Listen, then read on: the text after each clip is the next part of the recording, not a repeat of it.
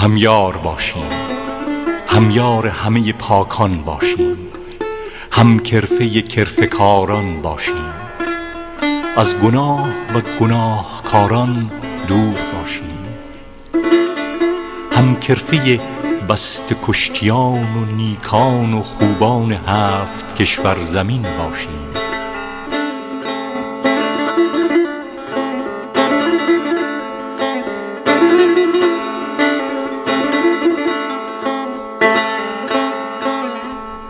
ای دادار اورمست، در گذرگاه بزرگ آزمون نیکی و بدی سبک و شاد و آسان بگذریم.